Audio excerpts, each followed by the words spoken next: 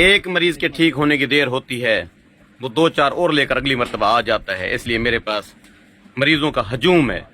कहाँ से आए हैं आप? क्या हाई टेकू? सीने कैंसर आई, ब्रेस्ट कैंसर वाल हुन कितनी बारी दवाई घेन के मेरे को? त्रीजी बारी आए बैठे वे।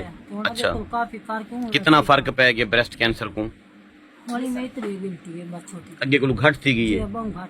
अच्छा, जड़ा दर्द है यो मेरी दवाई दा कितना असर है कैंसर वाली दा? चंगा असर है। कितने अरसे को तो है बेस्ट ब्रेस्ट कैंसर? 2 साल तू। घर केड़ी जाए ਤੁਹਾਡਾ? केड़ी जा? 14 ਚੱਕ ਦੇ ਰਿਹਾਇਸ਼ੀ ਵੇ। कौन थींदे वे? चवद्धड़। अच्छा, चलो जही शायद थींदे वे। एडे सब मेरी दवाई काम दिखाए। चलो पैसे दो वाल गड्डो गड्डो गड्डो गड्डो गड्डो।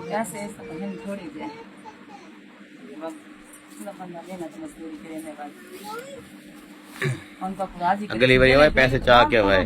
पैसे तेरे इनाम ही तेरा चाहिए। घर साकू जिंदगी दी थी। इनाम है क्या? 150 जो आख से 150 लियारी मांझ दी बाय में एडे लंगर वास्ते खीर ग्रोथ होंदे मंजी घाट थी।